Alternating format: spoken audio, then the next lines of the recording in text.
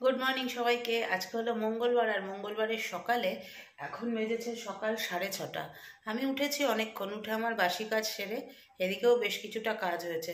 চলো দেখাই কি করছিলাম এতক্ষণ। খাওয়ার গরম জলটা বসিয়েছি এখানে, আর এইদিকে দুধটা জাল দিতে বসিয়েছি। খাওয়ার জলটাও গরম করে নিলাম। খাওয়ার জলটা গরম করে স্টিলের বোতলটায় ঢেলে দিচ্ছি। পল্লব এখনও ওঠেনি, কিন্তু পল্লব উঠবে, তারপরে ব্রাশ করবে, তারপরে গরম জল খাবো দুজনে, আর অতঃপর চা।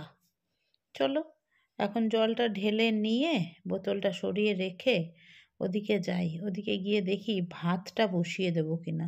ভাতটা বসিয়ে দিলে কি হবে, পরে বেরোনোর সময় আর অতটা তাড়াহুড়ো লাগবে না।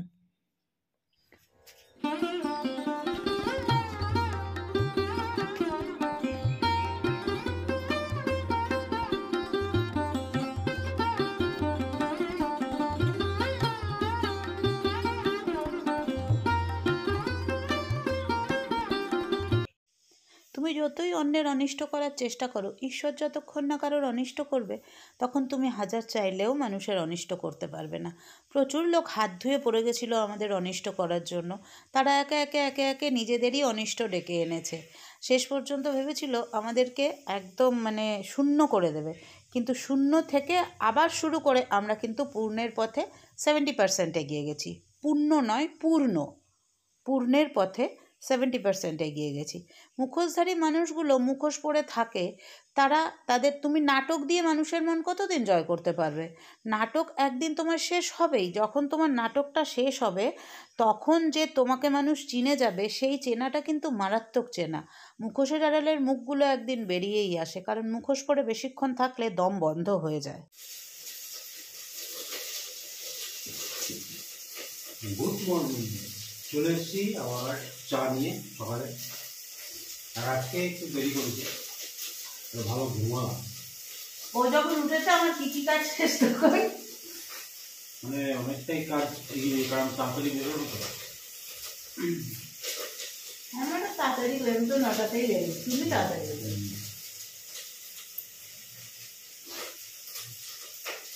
তোমাদেরকে এত সময় দিতে পারছি না, একদম পুরো একদম সকালে বেরোচ্ছি, রাতে ঢুকছি,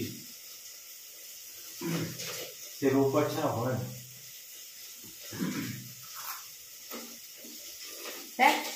একদম আওয়াজ পাচ্ছ? ওদিকে শিম আর বেগুনের একটা ভাজা বলছে। সেদিন বাজার থেকে শিমটা আনলাম না, পুরো ঠকিয়ে দিয়েছে। কি বলতো, ওটা ওর না গত বছরের চালানি শিম ছিল। আমি আজকে যদি শিমটা না করতাম, একটাও করতে পারতাম না। ওর কাছে শিম ভালো ছিল। ও যখন 60 টাকা বলেছে না, তখনই আমার একটু সন্দেহ হয়েছে। 60 টাকা শিম বলছে, এখন তো 60 টাকা শিমের কেজি হওয়ার কথা না, শিম এখন অনেক দাম।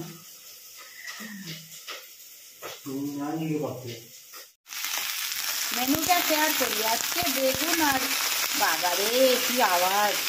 শিম আর বেগুন বড়ি ধনে পাতা দিয়ে একটু ভাজা ভাজা মতো নয়, বলতে পারো মাখা মাখা মতন করবো।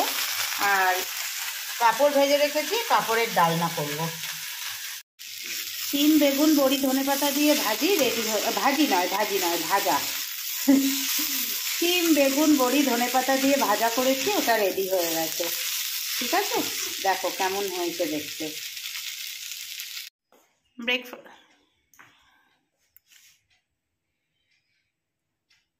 Breakfast ready. এই দেখো, এটা আমার জন্য ডালিয়া, আর এই হচ্ছে পাঁপড় ভাজা, দুজনের দুটো দুটো, আর এই হচ্ছে পল্লবের জন্য ডালিয়া। চলো আজকে একটু হাঁটতে হাঁটতে যাই। হাঁটতে হাঁটতে গিয়ে ওই মোড়ের মাথা থেকে আমি চাপবো গাড়িতে। চল, বিরক্ত করে খুব। একটু হাঁটা ভালো, আর শীতকালে হাঁটতে ভালো লাগে। সোয়েটারটা ব্যাগের ভেতরে নিয়েছি, আর চাদরটা নিয়ে নিয়েছি। বলেছিল এখানে আসবে, আমি বললাম না, দরকার নেই, আমি একটু হাঁটি, হাঁটলে ভালো লাগবে।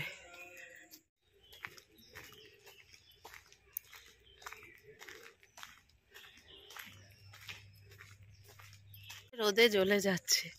পৌঁছে গেছি মোড়ের মাথায়, এইখানটায় এবার দাঁড়াবো। দাঁড়াও, এইখানটায় ছায়া আছে, এইখানটায় দাঁড়িয়ে তোমাদের সাথে কথা বলি। চলে এসেছি, পৌঁছে গেছি মোড়ের মাথায়। এবার আমার রথ আসবে, আমি বেরিয়ে যাব। সময় হাতে আছে তাই একটু হেঁটে নিলাম।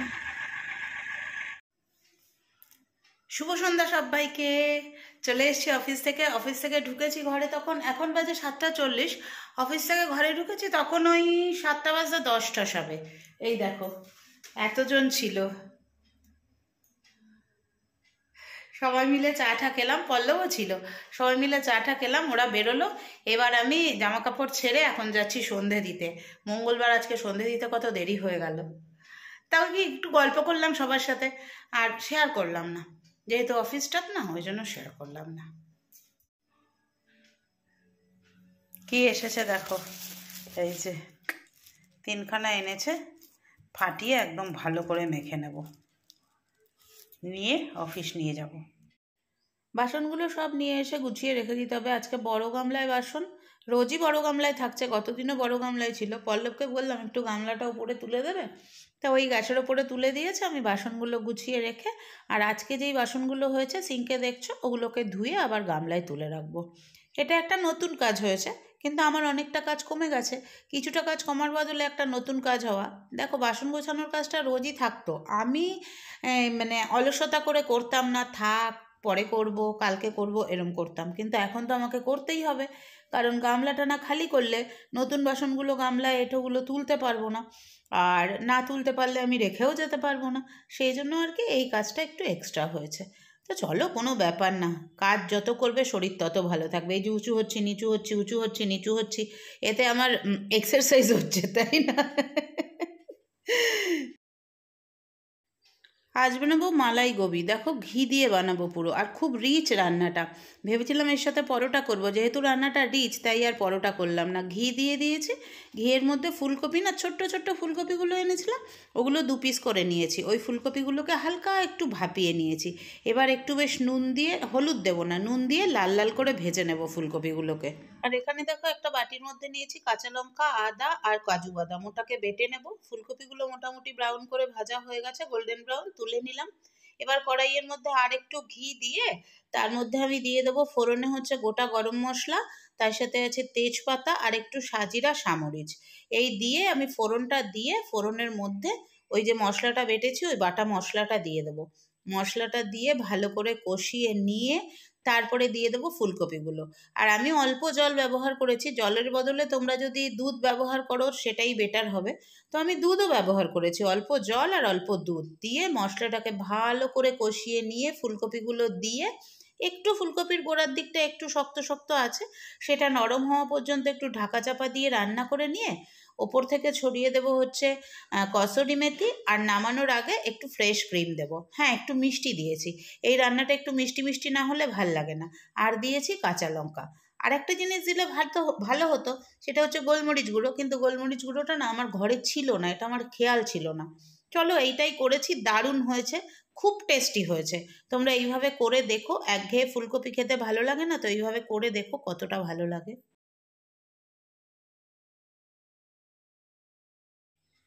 এই সার্ভিং কড়াইটার মধ্যে তুলে নিচ্ছি। একটু দেখছো যে একটু ঝোল ঝোল আছে, এইটা কিন্তু একদম টেনে যাবে একটু বাদে। আর এটার সঙ্গে রুটি, লুচি, পরোটা, ফ্রাইড রাইস, পোলাও, নর্মাল ভাত যা দিয়ে খাবে সেটাই খেতে ভালো লাগবে। রেডি হয়ে গেছে আমাদের দুধ ফুলকপি। এটার নাম দিলাম দুধ ফুলকপি, তাই না? দেখতে বেশ সুন্দর হয়েছে, গন্ধটাও দারুণ বেরোচ্ছে, আশা করছি খেতেও খুব ভালো হবে। গরম গরম রুটি আর মালাই গোবি, খেয়ে ফিডব্যাক দেবে কেমন হয়েছে। হ্যাঁ, আর দেবো না, আর একটা, না না, 3টে রুটি দেবে, হয়ে যাবে।